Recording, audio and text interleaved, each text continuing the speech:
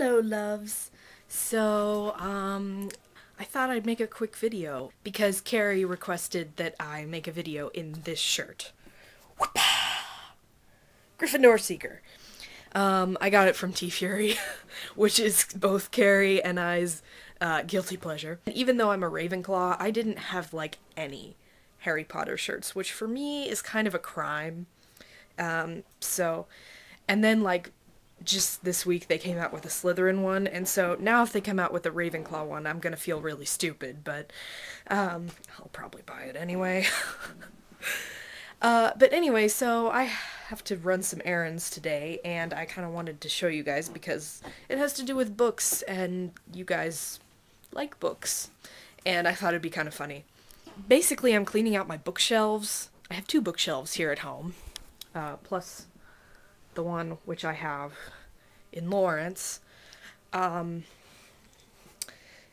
so I have a lot of books. And they need weeding out occasionally. And I just kind of wanted to show you guys some of this stuff. And a lot of them are just like books that I've had since I was a kid that are, you know, for younger reading groups. Skating superstars. I was obsessed with Michelle Kwan for a brief period of time. I wanted to become an ice skater. Too bad I still can't skate to save my life. I'm 20 years old, so don't think it's gonna happen. I have a lot of American Girl books.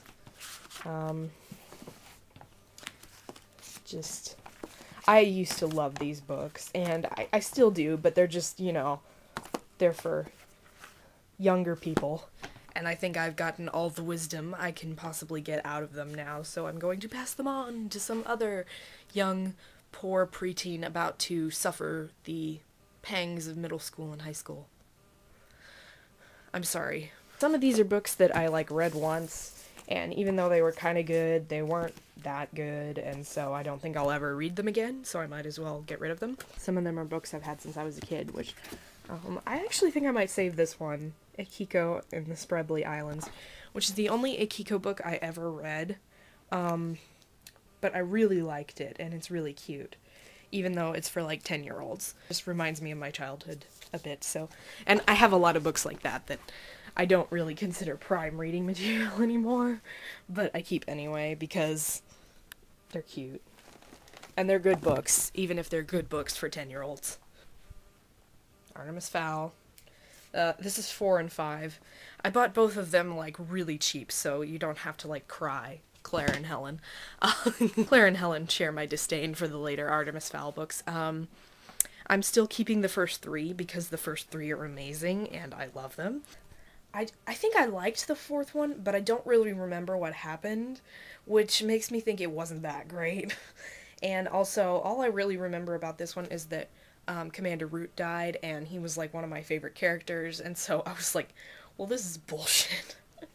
And then this one, The Lost Colony, which is the 5th one, is where they introduced time travel, and, I don't know, I mean, it was kind of cool. Like, they all have their good points, but, I don't know, I didn't like the ending. I didn't like that he'd been away for 3 years, and I don't know, it just bothered me. I'm sorry, Owen Colfer, I still like you, but you should have quit at 3. We got, Sabriel by Garth Nix. I tried to read this.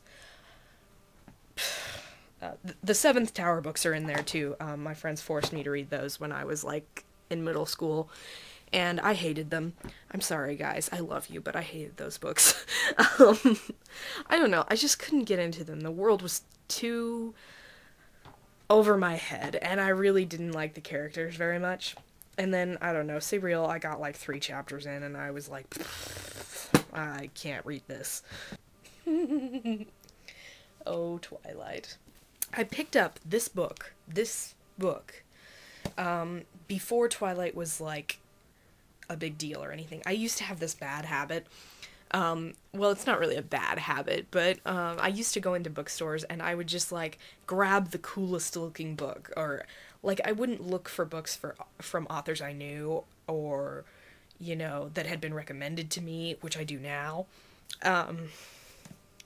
No, I pretty much just like grabbed whatever looked coolest. And I picked this up. There was a big display of them in Borders that day. And I was just like, I read the cover and I was like, well, it sounds kind of cool. It's got vampires. And so I took it home and I read it. And I liked it. I did like Twilight the first time I read it. Oh, this book looks so beat up. I am only responsible for about 2 of the readings.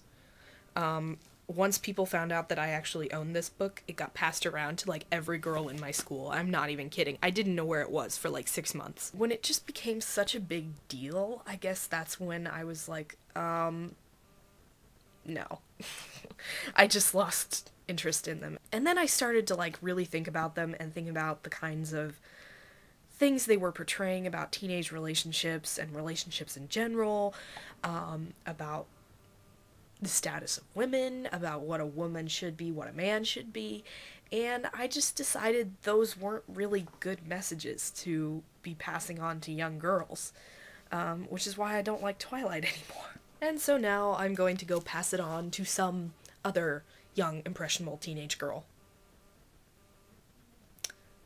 I should really probably burn this, but I just don't like the idea of burning books, even if they are Twilight.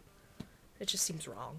Okay guys, so I'm gonna let you go, because I have to go run errands and things, so I will talk to you later, my lovelies. Mwah.